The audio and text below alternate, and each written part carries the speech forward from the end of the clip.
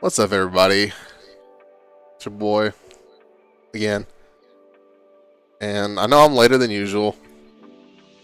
Completely my fault. I'll probably talk about it a little bit later. But I'm here today with how do you pronounce it? It's Surmy. Surmy. See, I thought it was Surmy, but I just didn't want to sound stupid. I didn't want to. I didn't want to be completely wrong. You're like, it's Jeremy.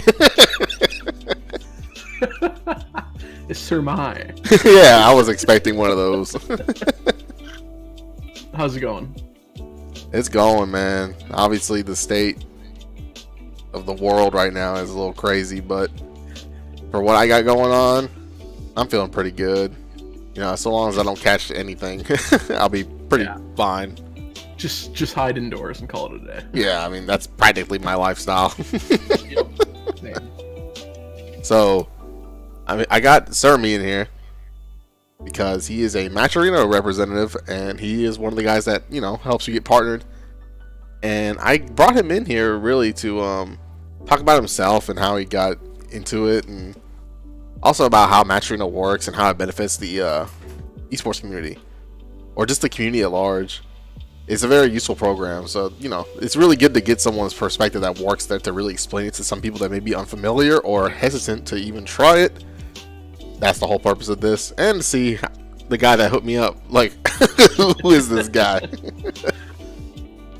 So, what's up, man? What's your deal? How'd you get into this? Have you always been like a hardcore gamer, or are you just a PR? Like, are you just a guy, you know, doing the job, or what's up? No, I've pretty much always just been a hardcore gamer first.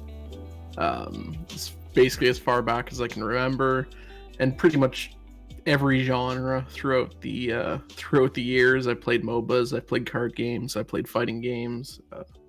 You name it, I've played it. Usually at a terrible level, but at a participatory level. Yeah, you play it. Yeah, you know. I'll get my participation ribbon.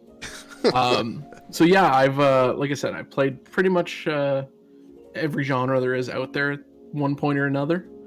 And then if I don't know if you just want me to transition to kind of how I got started at Matcherino. Does that work?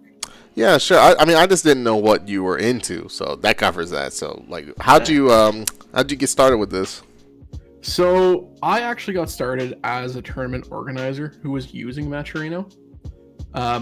Myself and a friend of mine, Sweebeeps, who is the other partnership manager at Matcherino now. He got me involved helping run events for a online card game called Duelist. Sadly, Duelist actually shut its doors like 2 days ago or something like that. Damn. But it was this really, really cool card game. It was kind of a card game crossed with like a Final Fantasy Tactics type game. I was a big fan of it and had this wonderful pixel art style, and it was really great. But we started running tournaments for that game, and we were looking for ways to prize the tournaments. And Sweebeeps had done Heroes of the Storm tournaments before that, and he had used Matcherino with those. So we decided to try to use Matcherino for it. And we were extremely lucky in that, given that this Duelist was a fairly small indie game, we got put in touch with the developers of the game, and they actually agreed to help us out in terms of providing us with things to use to grow the prize pool. So what they actually did is they basically gave us in-game skins that were exclusive to our event to help grow the prize pool. That is pretty cool. Super cool. It's not something you see too often with a little grassroots tournament, but it was really awesome. And like I said, the game had a fairly small player base. Like, I'd say there was probably 50 players in our competitive scene, and that was over like 2 years as one of the biggest tournaments in the game. So it was a pretty small game from that perspective. But we ran these tournaments on Matcherino. We did in our first season. We actually crowdfunded $700 for a finale, which for a game with that size of a scene was pretty nutty. I mean, as far as I'm concerned, that's nice for any game. Yeah, right? And then we got really lucky, and we did another season of it where we actually ended up raising $3,700 for our finale, which was just kind of like, it was hard to believe, even though we were the ones running it and seeing the money come into the Matcherino. And it was like, I don't understand how we got here type deal. Yeah, yeah. And so that was obviously really awesome in a game of that size, or really, like you said, any size. And then from there, we kind of faded away from the duelist scene, but we kept in touch with the people we were dealing with at Matcherino.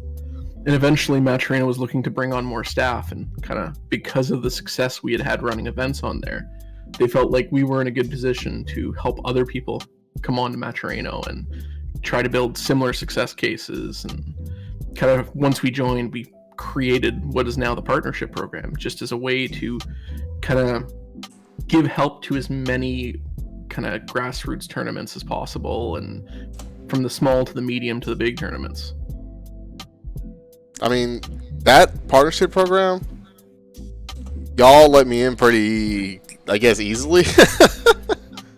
But I mean, I think it's honestly, I'm glad, because it let me really get my hands on to like how everything works and really promote myself. And for sure, like I've always looked at it like there's no reason. It's such a, like, while the tool set that I think Matcherino provides is awesome, at the end of the day, it's really a self-built thing by people who are using Matcherino. So I really don't see a reason that the smallest of small organizers shouldn't get a chance at trying to build something. I mean, that's really what I was when I started on there. So it's something that, like, kind of to this day, I'm a strong believer in, that anyone, if they're kind of willing to dig their heels in and work at it, they can use it to really kind of benefit their community. I mean, that's helpful. It helped me out, and you know, I do my best to get people to do it. Yeah. You know, but we know how that goes. You know, it's people are very afraid of trying things that they're unfamiliar with, and you know, just getting them to try something new, even if it's for their own benefit, is difficult. And I mean, change is scary, right? What'd you say?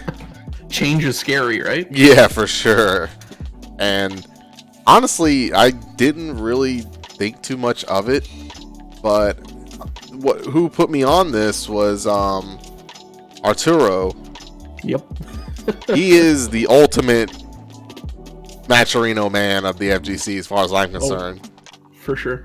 And seeing him do it, and seeing what how it helps the events he's a part of, I was just like, man, I should do this for my scene, because why not? Yeah. Like, at the end of the day, I think, like, yeah, it's a great tool because you can kind of build a prize pool with it, but it's the extra stuff where, like, you can really kind of grow your community using it too, right? Like, because people feel like they're more involved in the event. Even if I'm not out there like winning the event, I can still be a big part of it through something like that. Yeah, it's pretty cool. I mean, I really didn't understand it at first, but now I kind of got my teeth into it, and it's cool.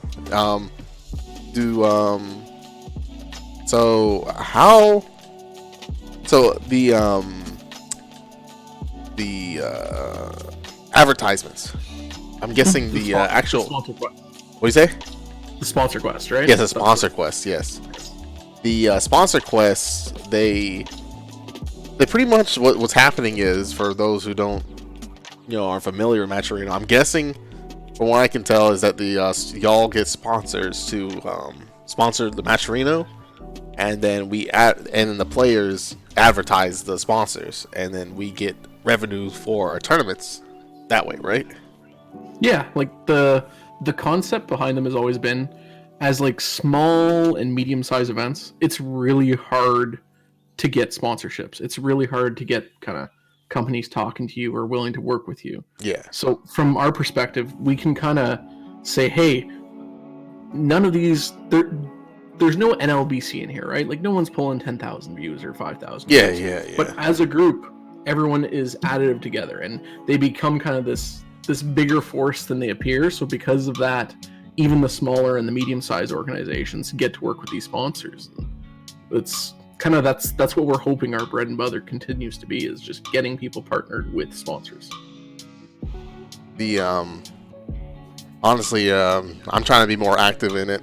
I mean, I'm still small, obviously, so it is what it is. But I think I like Matcherino mostly because it seems like a very good bridge between organizers and getting that end goal of being sponsored so their events can become bigger and help the players out. I mean, really, it's just to everyone's benefit. So to me, Matcherino is really cool just because of that. And at first, I didn't really look into it for that, but it became that because once I started seeing all the avenues I could take, I realized that I'm like, what? Man, I could do a lot with this. Yeah, and I think that's something a lot of people don't realize at first either, and I don't think that's uncommon. And I think a lot of people also don't realize kind of how easy it is to start using it. Like you said, like it didn't take much to get on board. Yeah, it was pretty cut and dry. Lots of people see Arturo out there kind of slinging it out NLBC, and they're like, well, there must be some kind of secret handshake to get into the club or something, or like, what's the password? You knock on the door. But the reality is, like, you come talk to us, we talk to you, and they're like, yeah, this sounds good. This sounds like something we want to support. And like, especially within the FGC, I think we've had a lot of success kind of at all sizes. How long have y'all been involved with FGC? Do you know? I don't know how long you've been part of it, but so I've been at Matcherino for about, I think, like 2 years and change now, maybe a bit more than that. And the FGC has been pretty integral to Matcherino since the beginning. If we go back to the kind of the origin story of Matcherino, so to speak, originally it was very heavily in StarCraft, and still to date, like StarCraft is probably our most popular single game. But initially, Matcherino was really created as something to kind of promote and crowdfund matches between streamers, actually. Like, it was this platform to say, hey, streamer A and streamer B want to play each other. Let's get their fans to help kind of build a prize pool and build community events around it. But then over time, it kind of became evident that, well, that's one use case, but there's so many more places that just really, at the end of the day, a crowdfunding platform can really help, especially with kind of the grassroots events, like I said. I mean, buying game community is nothing but grassroots. And yeah, that's very true. And like, out of every event we work with, the FGC events are the ones that kind of keep me going. There's so many of them that I've just been like, working with these people is awesome. Working with this person is awesome. I don't know if it's just because anyone who is running fighting game events is very passionate about the scene, and because of that, it's a lot more fun to work with. I mean, fighting games are basically sustained by tournament organizers who want to create things for others, right? Yeah, majority of tournament organizers aren't exactly eating good anyway in the FGC. It's so they really operate just for us. They're not doing it for a profit. They most of the time cannot make a profit. They just, so the intent is they're going in to break even, maybe. So knowing that, if you're a tournament organizer, then obviously you have to care. You can't just be doing it just because. For sure. And I mean, like, that's another thing that I really hope going forward Matcherino can help change too. There's no reason people who are kind of dedicating huge amount of times, like often part-time jobs worth of times to their own series, there's no reason they shouldn't be supported off of it as well.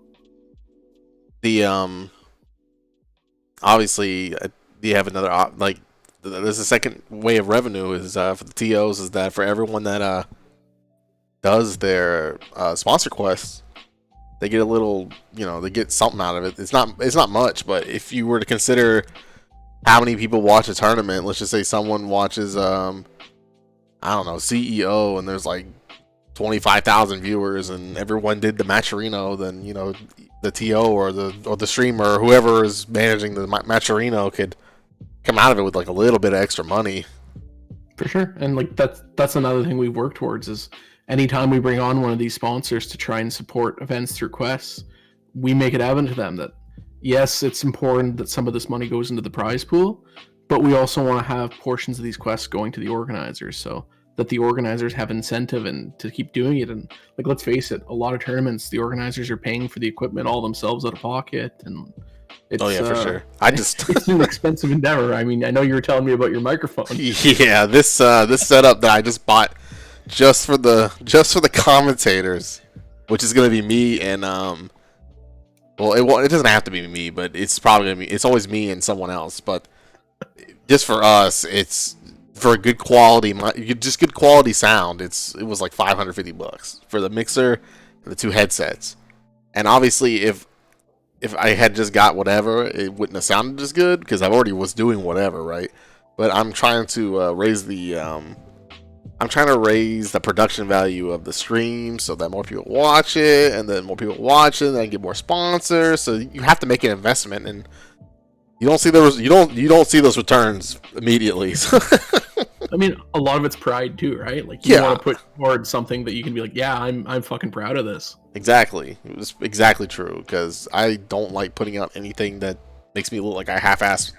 I want to make sure everyone knows I'm doing my best. So I get you. Just buying nice equipment sometimes is just a moment of, I know I'm doing really good, but they can't see what I'm doing as good as I can because obviously the quality's trash for whatever reason. Like my camera's like 480p or some shit, so I have to upgrade. Yeah, definitely. So, are you like, do you watch fighting game events? Yeah, I'd say out of any games I watch, fighting games are definitely the most common. Especially over the last kind of year and a half, 2 years.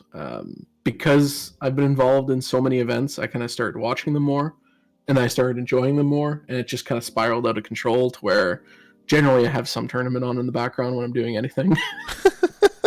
What's your obviously you said you're like you just participate. So what's your favorite fighting game that you like just watching? Watching, I'd say lately I've really liked watching Mortal Kombat actually. Past that, I really love watching Samurai Showdown, and I'm not just saying that because I know that's your jam. But something about the pace of Samurai Showdown just really makes me enjoy watching it.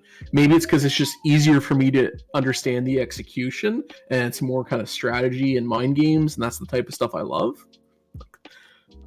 But I love watching Sam Show, and Street Fighter V is kind of the one that I play the most and probably watch. It's definitely top 3. That's good. I'm glad the Samurai Showdown is viewer friendly. Yeah, no, big fan, and I know it's still a ways off, but I play my games on PC, so I can't wait for that thing to come out on PC. Yeah, trust me, we've definitely let SNK know that they need to fucking do it. I will be a day one purchase once that is on PC. For sure. I honestly only so like 2 years ago. I think it's 2 years ago, Halloween night, while I was gone, someone broke into my home and stole my PS4. And at that point, I was like, fuck. But I already had pretty much transitioned to be a PC-only player. So while it stung, I got robbed, I was just like, yeah, I'm just going to play on PC anyway.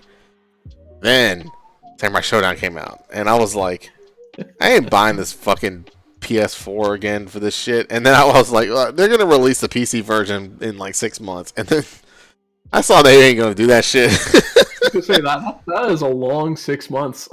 Yeah, I really held out, and then I was like, because I was bumming off of my friend, and so I was playing on his PlayStation 4. But once I realized that it was gonna come, I was like, well, I just went ahead and bought a PS4 and started practicing on my own, and I waited a long time to do that, but I had to do it. There's nothing I could do because I didn't want to wait a year or two to get a PC port for a game I'm trying to be competitive in. Yeah. See, like, I have the PS4, but at this point, I just feel so stubborn that I haven't bought it yet. I'm like, if I give up now, I've just failed as a human or something like that. Because it's like, why did I wait this long if I'm just gonna buy it now? Especially because, like, I know in down south in the States, I've seen some amazing sales on Sam Show. Ain't nothing like that in Canada. It's still $80 Canadian at all times. No. And I'm like, I just can't justify dropping almost, like, once you factor that I'll be paying for a season pass as well. I can't justify $100 for this game it's been out for over a year now, almost a year. Yeah, I that is ludicrous. Yeah. It's like $8 here, like $8. Yeah, like this is some bullshit. Yeah, for sure. If I were you, I would totally just wait because $80. Damn, Yeah. why? Is that just a Canadian thing? A Canadian Well, tax? yeah, so like that's the general like new games in Canada are $80 Canadian because our exchange rate sucks. Well, yeah, but But it didn't decrease in value over time. usually they go down in price, but I don't know why. Like fighting games in general, I just find don't go down in price here outside of stuff that's on Steam. That is kind of crazy. It's weird. Interesting. Canadian. You know, it's funny because we there was a Canadian that was supposed to come down here, and you know, we were gonna play. I don't know if you know who Scrub Cybot is, but he's a very good Tam Tam player, and I'm also a Tam Tam player, and I kind of wanted to square up and see who was the better Tam Tam, but unluckily, you know, he had to cancel for obvious reasons because final round got canceled.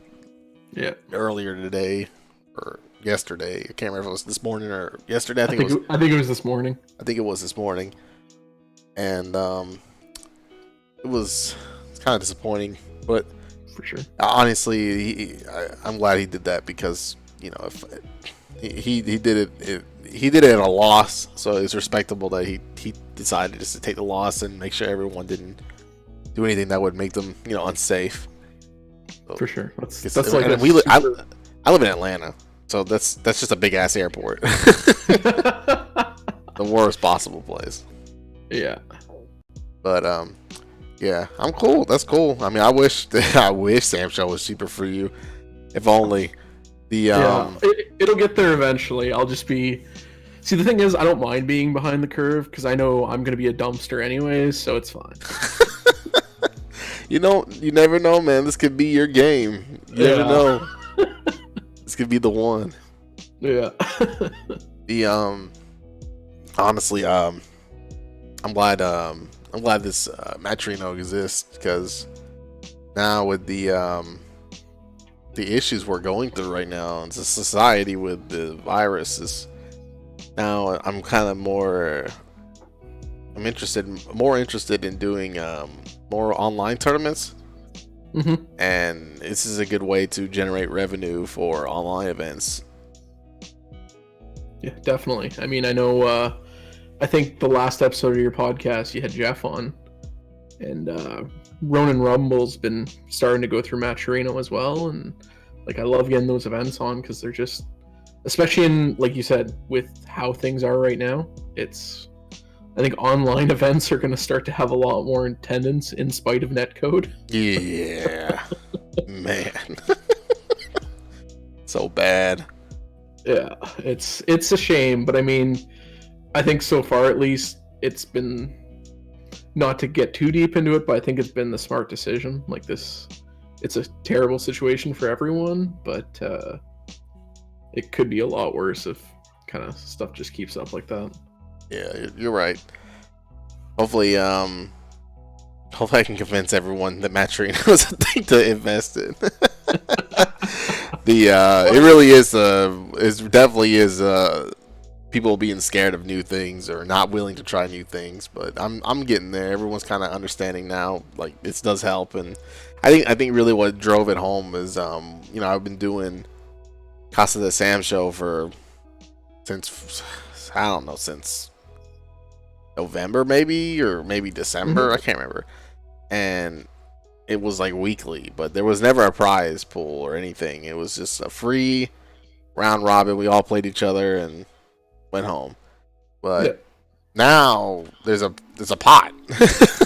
Yeah. So the whole dynamic's changing. Now more people are just like, hey, so what's up?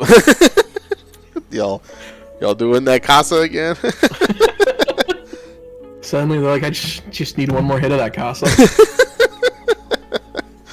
I'm gonna keep. I haven't decided. I'm probably gonna still do Casa de Sam show despite the virus, but it's mostly because it's invitational only, and it's a cap of 8 people max.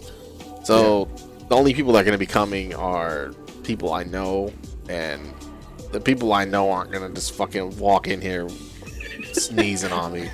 I was gonna say cough directly onto you. Yeah, they're not gonna do that. And if they had even an idea that they were gonna be sick, then they would just fucking stay home.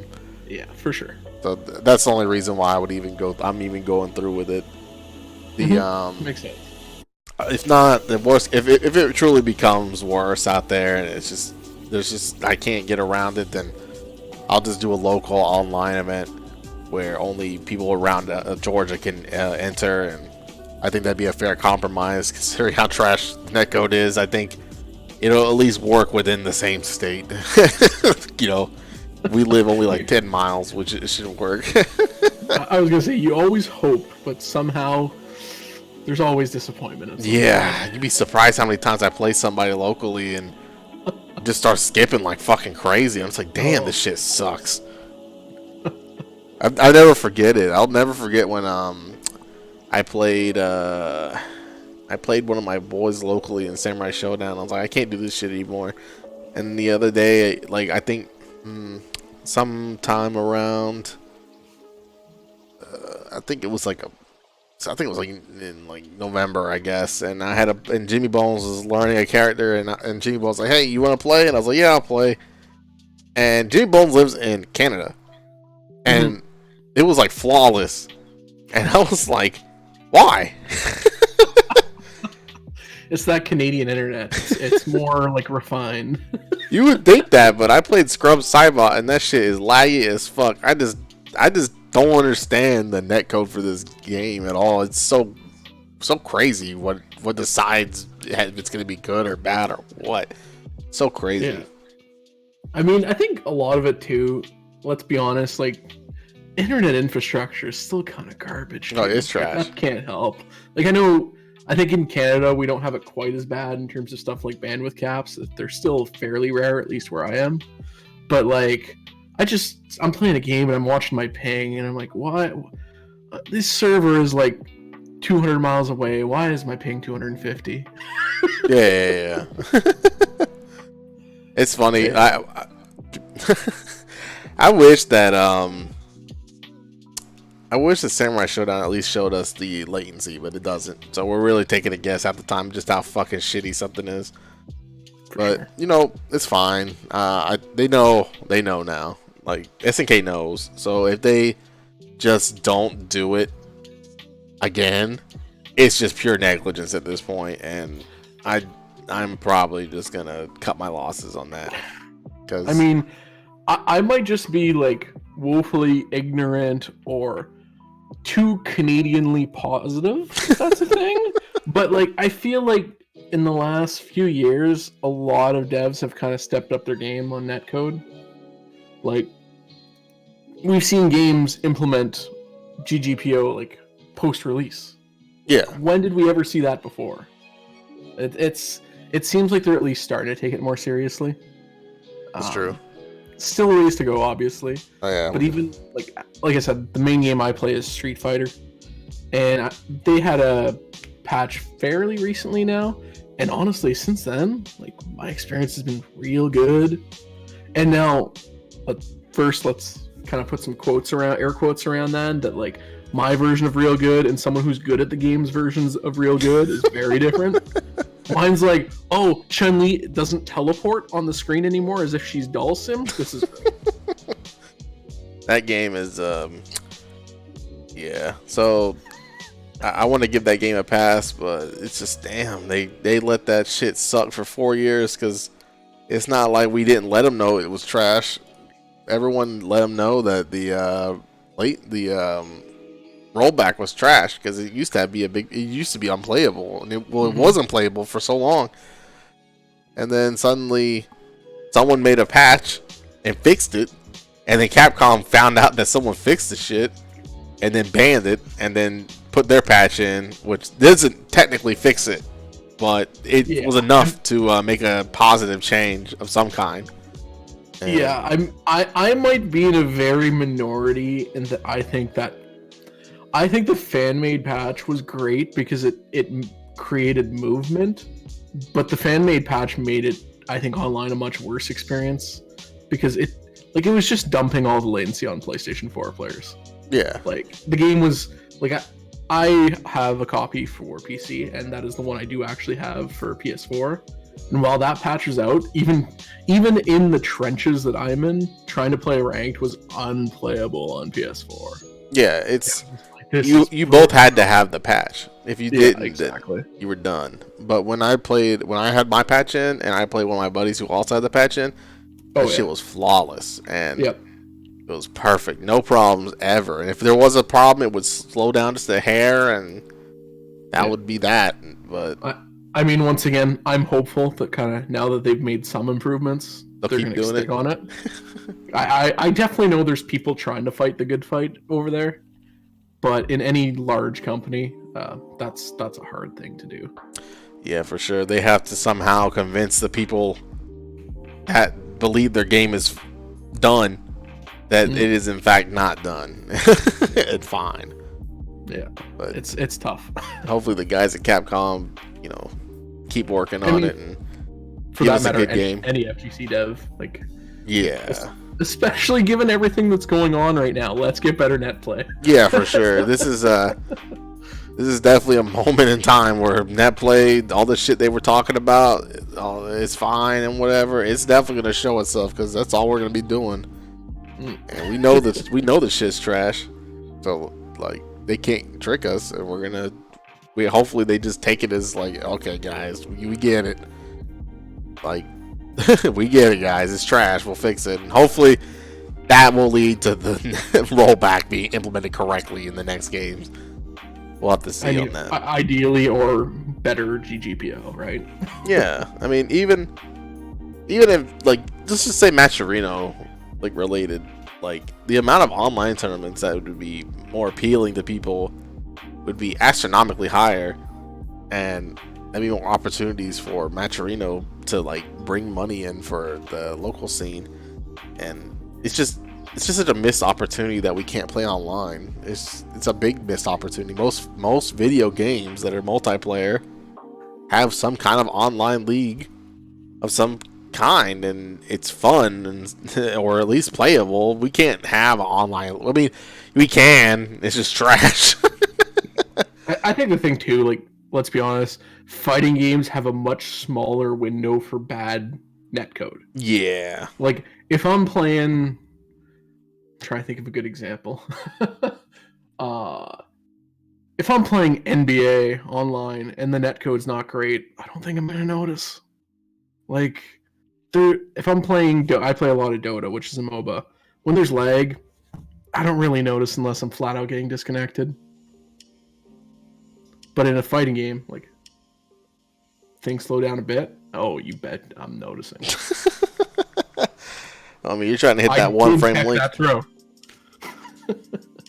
In the fighting game, it's super noticeable just because, every moment is crucial. So there's no dead time. No. In like a Dota, in like a MOBA. In like a MOBA, there's definitely dead times where you're just CSing or. I mean, like I said, I played a lot of Dota, and there are literally times I have alt tabbed out to do something and tab back in. Yeah, and in a fighting game, that, like, every moment is possible a moment that you could have just lost the whole fucking round. For sure. So this shit sucks. It's definitely, I understand our desire for perfection. It's not possible, but something close at least. So, yeah, for sure. Netcode. That is definitely. Damn it. That is going to be so important in the next couple months. But, so, back to the Matcherino. Yeah. If, what are the, incentives for, really pushing the, the spot, like, for people that are listening and you have your TOs that use Matcherino, what are the benefits for people who get the goal above, like, $50 or $60 or whatever? So right now, the big ones are essentially, I'd say the thing Matcherino is most famous for, just because it's been around the longest, is what everyone talks about is our coupon codes, which are essentially these codes you can type in your favorite tournament, and they just drop 50 cents into the prize pool free of charge. And by free, it's just supported by Matcherino, right? Yeah. So as people grow their prize pools, we try to allocate more of those. Because logically, like if you're getting a bigger prize pool, it's probably because you have more viewers, so there's more opportunity for people to use coupons. So it's this kind of this whole loop that keeps people coming back to your page and seeing where the tournament's at, and it gives people more opportunities to see the page and support your event. And we've seen a lot of kind of success in that loop, so to speak. Because when people start to see the tournament grow, they think, well, I can make it grow even more. And it just kind of dogpiles on top of each other almost, right? Yeah. And at the end of the day, like, it's nice that people have an option to grow that prize pool at no cost to them. It's just a couple minutes out of their day, right? Yeah, you think that'd be the selling point? I try to tell them all the time, like, hey, it doesn't cost anything, and you could do it for free. But I feel like they just can't help but feel when they see the contribute button that is not true. Fair, yeah. And I think that's a big reason why, like, no one's first Matcherino is blowing up and popping off. Like, just being fully honest there. It's a thing that a community learns to use. Usually by the third or fourth Matcherino, you start to see that little bit of growth. A little bit more. And then there's always this time where it's just like suddenly like the light bulb goes off and it clicks in that community, and then holy crap, look at what they're doing now. It's like it's kind of like a truck going down a hill. When the hill's not too steep at first and you're just kind of slowly puttering down, and as the hill kind of the decline gets bigger and bigger, the prize pool's growing faster and faster. It's hard to describe without kind of seeing there, but it's kind of amazing how consistently I see this happen. Does it doesn't hurt y'all if they don't do the sponsor quest, do they? Like, and they use the coupon codes? No. Like, at the end of the day, we want people to be able to support events however they want to support them. If that's by using coupon codes, sure. If it's by doing quests, sure. You want to buy some merchandise, great, helps the tournament. You just want to donate money, helps the tournament. Like, our end goal is to give people as many options as possible to support an event, because then like they're gonna find the one that's right for them, right? Yeah. I hope honestly, I didn't know that the sponsor quest would rotate even mid-event, and I noticed that there were some new ones, so I went ahead and just popped them in there. And for sure. And like that's the big thing that's on us to try to improve, right?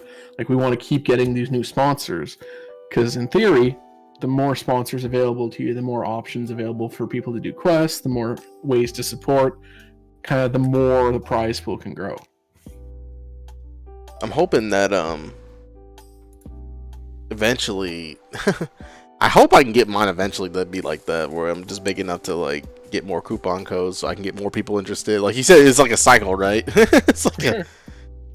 I understand the idea. I just need to like you said, you know, I always say this is my like second one, so maybe by the fourth or fifth one I'll have a nice little rotation of people that just know the deal and they know how to support, and you know, a lot of the players that compete in CASA, they're completely willing to at least do that, because obviously it's to their benefit, so yeah, they understand potential money in their pocket. Yeah, then why would they not do it? Yeah, for sure. And like I said, it's weird because while the like cycle stays the same in pretty much every game and every community, how people find ways to make it work changes a lot. Like one of our first ever partners, one of the things that kind of really helped him with his crowdfunding is one of the things we allow people to do is they can create their own marketplace items to sell on their event to help raise money for the tournament. So what he did is he is straight up selling slots where you can buy biased commentary. So if you buy one of those, your match on stream, he will be 100% biased in your favor. That's a good idea. People loved it. And like that's kind of what I really like about the marketplace is people can get really creative and do silly things like that. And then you just suddenly find the one that's like, oh, this works real well right here. And like in his case, it was just like, you pay me, I will straight up shit talk your opponent. I'm like, this is great. I need to do that. That's actually a really good idea. Yeah. Like I said, that's kind of the toughest part, is figuring out what's going to work. One of the things we'll actually be releasing soon to hopefully help with that is Arturo's actually going to be putting together some videos to try and help people with that and give ideas and kind of go through his process. Because one of the things that Art does probably better than anyone else on Matcherino, and it's specifically with his larger events, is he comes up with stretch goals and he works with people to get stretch goals for those events. And there's some of the like silliest things I have ever seen, but they get people donating. Like one of my favorite examples is, I think it was not this past year, but the year before at Bots. There was like a $3,000 stretch goal of Yipes eating some hot sauce. And like the second that went up, no joke, like donations started rolling in nonstop. I'm like, this is so silly that this is working. But obviously people just wanted to see Yipes in pain, I guess. Yeah, like, no, for sure. but it's just like it's a creative process, right? Like it's, at the end of the day, we're trying to provide that tool set so that people can create those creative ideas and kind of leverage those in their community. And over time, like there's been a lot of kind of cool, unique ideas. We've seen people offer up commissioned art in their marketplace. Like if you donate $50, 25 of it's going to go to the prize pool, 25 of it's going to go to me, and I'm going to draw you standing next to your main.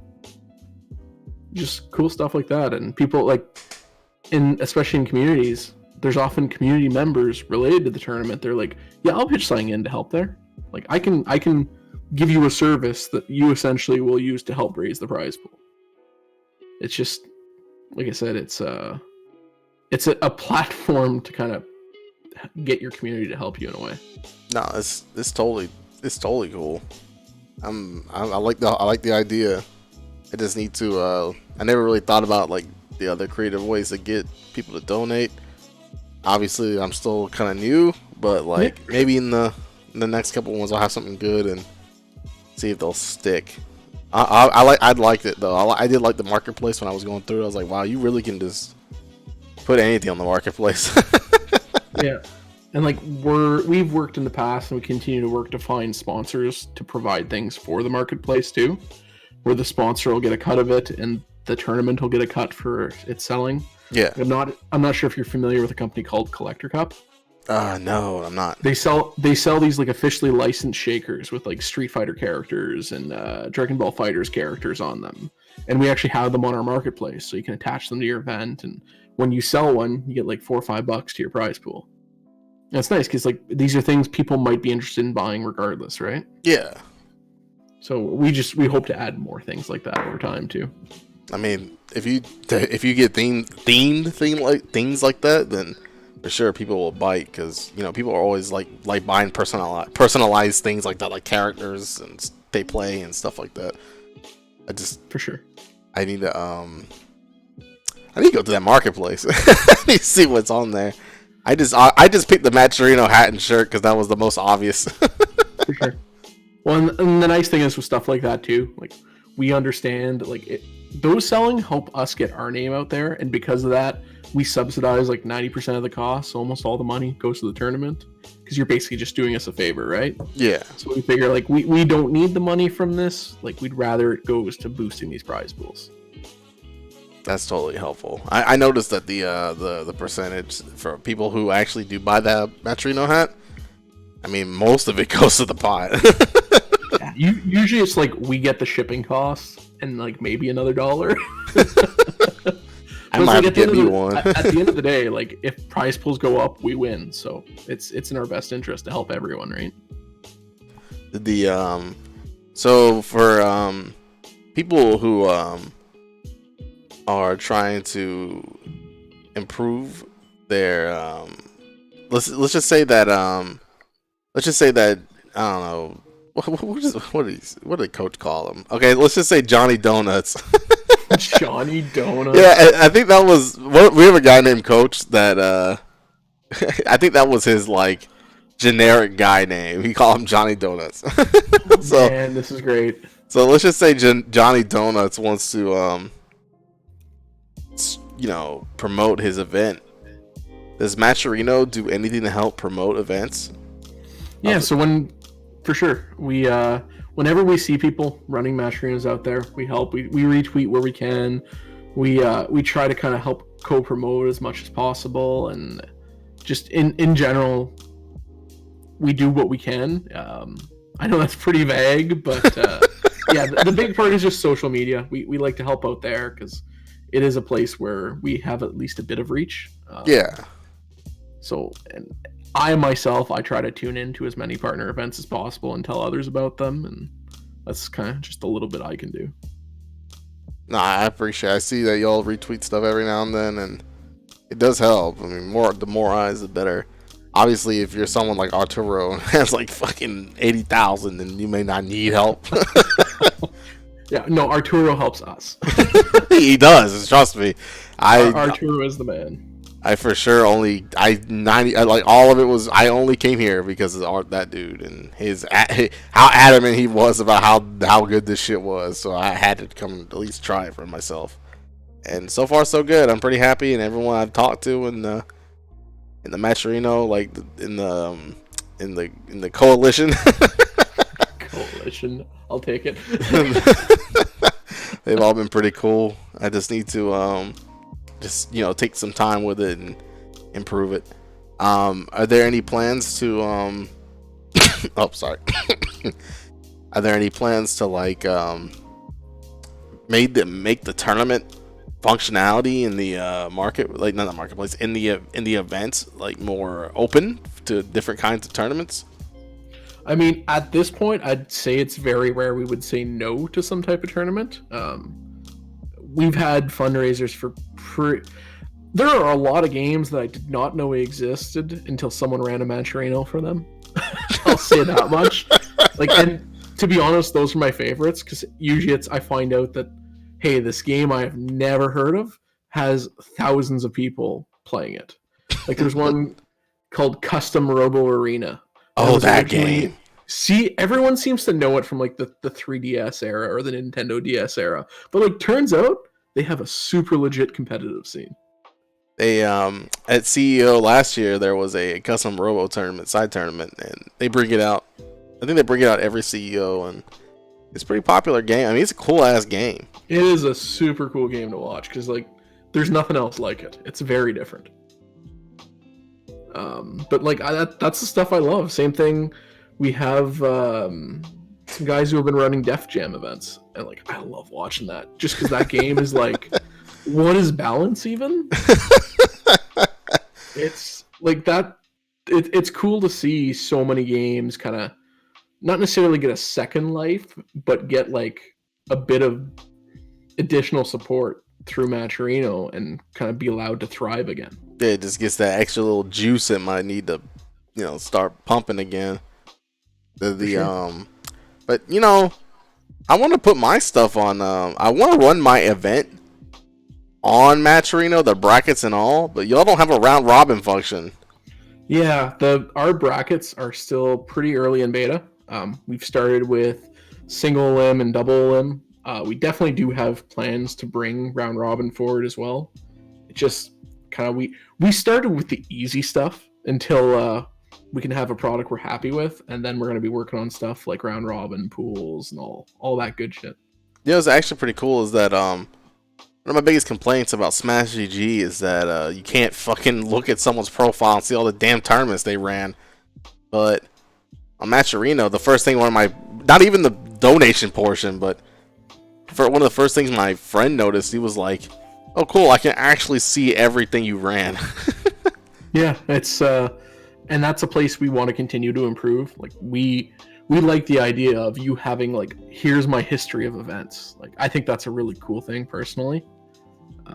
No, it's amazing. It's super useful because right now so like we call it lost history because in Smash GG, if there was a site like a smaller tournament and it was named a little weird, then you may not be able to find the brackets or the the pay who won or anything, and it's just gone. It's not gone, but it's gone. It's like in the internet closet somewhere. Yeah, it's somewhere. Yeah. And I used to use Challenge, and it was Yep. much easier to, it was a lot easier to search anything, and you could just click a guy's name, and you can see everything he ever ran. But Challenge, Challenge still kicking, but it's not any new. It's not more. It's not any more integrated now than it was back in like 5 years ago when I used it.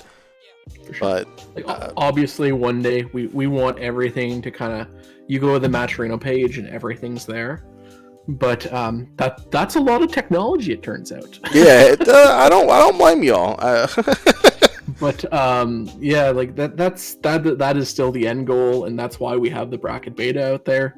We try to get feedback from as many people as possible. So as we make changes, we really want, like, we don't want to be the one saying like this is what it should look like. We want people to tell us and say, hey, this is what I need, and that's how kind of new features come into existence. That makes sense. Yeah. Obviously, we need more people using it. I can't use it because there's no round robin yet. Yeah. But when you do put it, I'll definitely give you all the For tips sure, on it. for sure. Did the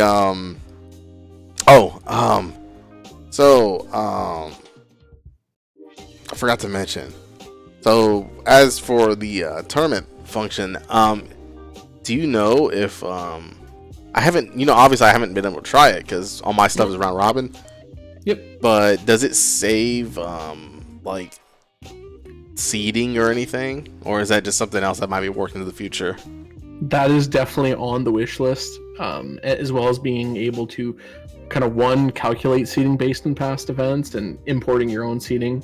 Those are two things we definitely want to get there, because there's obviously a lot of series where they would love to have that feature.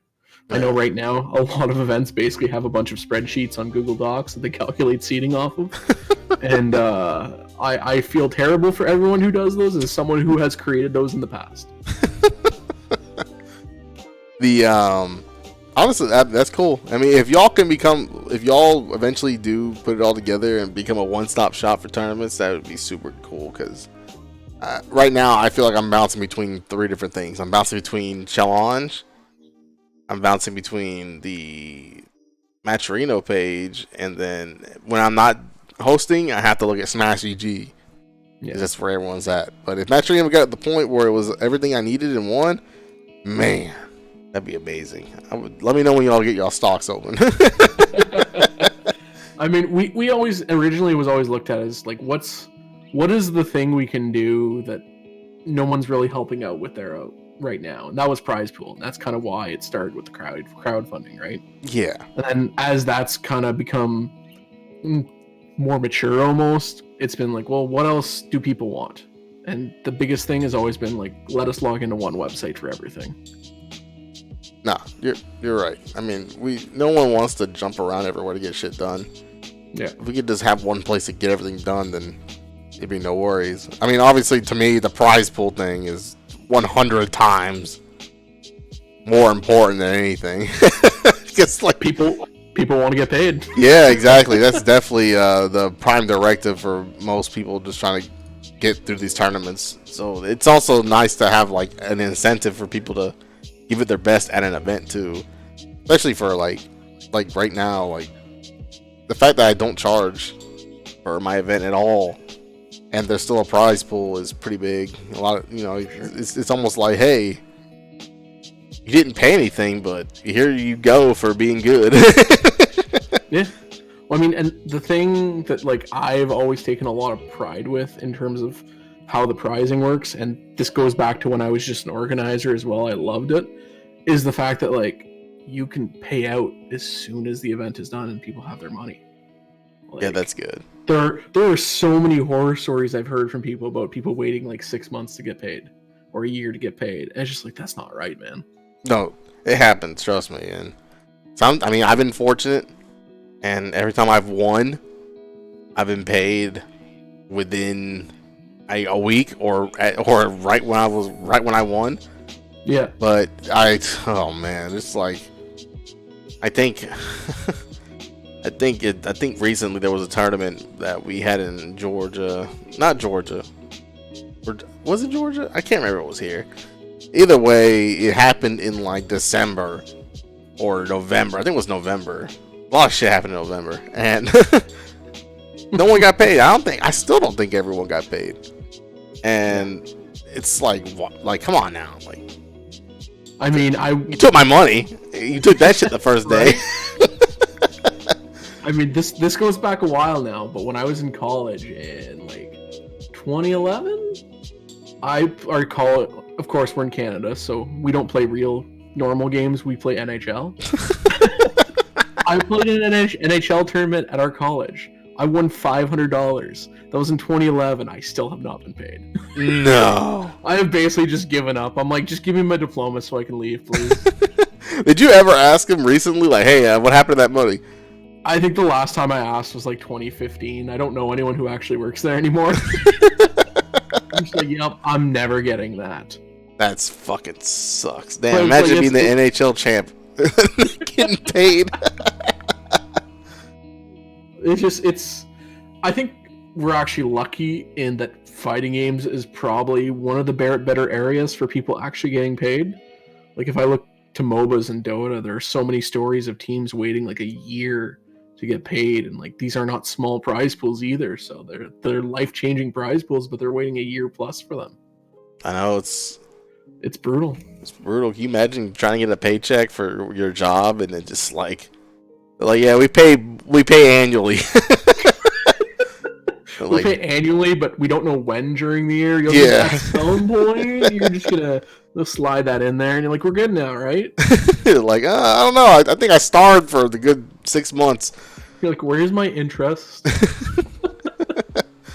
I hope, honestly, Matcherino does provide a good option, because when I had to pay out, it was just like boom, so nice and easy, and yeah, that does kind of resolve an issue with people getting paid out. I mean, I think most of it has to do with the issue is that most of the tournament organizers sometimes they just don't set up I think the circumstances for what they're in and what they believe they'll have when the tournament happens, and it doesn't happen.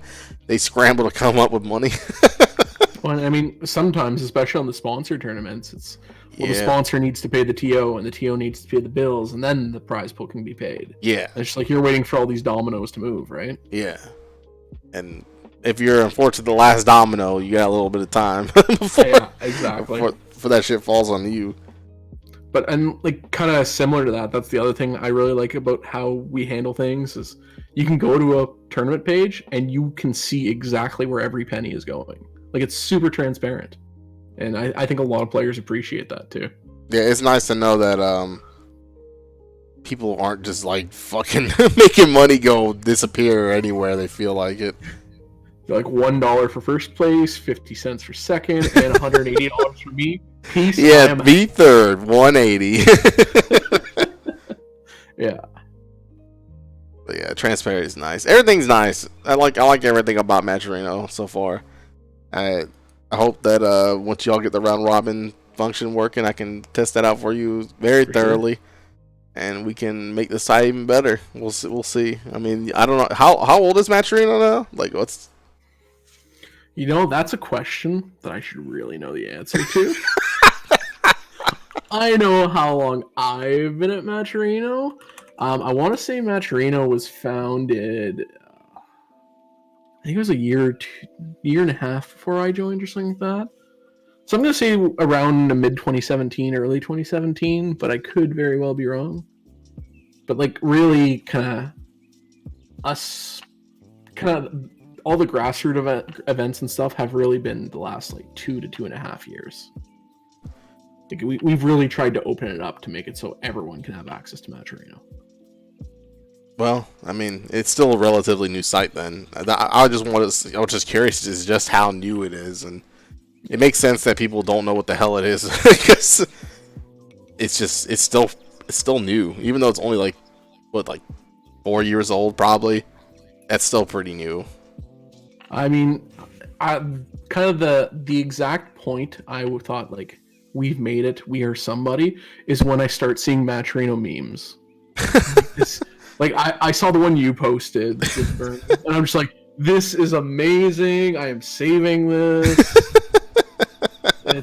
And they're like someone at Christmas time put like our little Matcherino mask on a Santa carrying a big bag of money. And I'm like, that is amazing. Like the Matcherino Santa Claus. It's seeing people make stuff like that. Just it really brings joy to my life. I don't know if that's sad, but well, it's fun just seeing your hard work and it's spreading without you having to do anything. You know? Yeah, exactly. That or like I'll be listening. I've listened to other podcasts and heard people just talking about Matcherino, and it's like that is. It doesn't sound like it'd be big, but it's like validation, right? Yeah. What we're doing is changing things. It matters. And as cheesy as that sounds, it means a lot. It means a lot to me. I mean, it's definitely an opportunity for me and for my my compadres who grind this game day in and day out. You know, it's just nice to have some kind of option to, you know, some kind of financial benefit to playing these games, which, you know, obviously we're just playing this for a hobby, but if we could get any kind of compensation, then we're all for it. Yeah, definitely. But all right, man, I think we're gonna wrap this up. It was nice having you on. Is there anything you want to plug? Or, I mean, obviously I had you plugging Matcherino the whole time, but is there anything you want to plug? I'll just say if you're a fan of the FGC, if you're a fan of esports, give me a follow on Twitter. I'm Surmy _ there. Outside of that, that's really it. Be safe out there, I guess. No, thank you. Oh, by the way, I need to ask you, what is the are you on a computer right now? Yep. Thank God. You're the first. I think you're possibly the first guy I did on the podcast that did not fucking put me on the phone. Oh man, having used Discord on the phone, that is not the play. Yeah, everyone else I've spoken to on Discord has been lagging in and out, and I think you're the first person I've had in my entire podcast series that had not gone in and out every like fucking 15 seconds. Well, given you have your new microphone setup, it's fitting. We're just upping the audio quality of both sides. Perfect. All the production values. Well, all right, guys. Make sure to come in again next Wednesday at 10 o'clock. I'll be having another guest. I don't know who yet, but I'm going back to doing one podcast a week now with the way that things are outside now. So I'm going to be doing one podcast a week. So definitely start showing back up at 10 on Wednesday. And make sure to follow me on social media to get the updates, or give me a follow on my Twitch if you haven't. And be sure to also follow Surmy, who is definitely a very nice guy and very helpful. So everything that you can do to help the FGC with money-wise pot with Matcherino by just like donating or just doing the free sponsor quest, definitely take a look into it, because you'd be surprised just how much your little contributions add up. All right, everyone. Peace.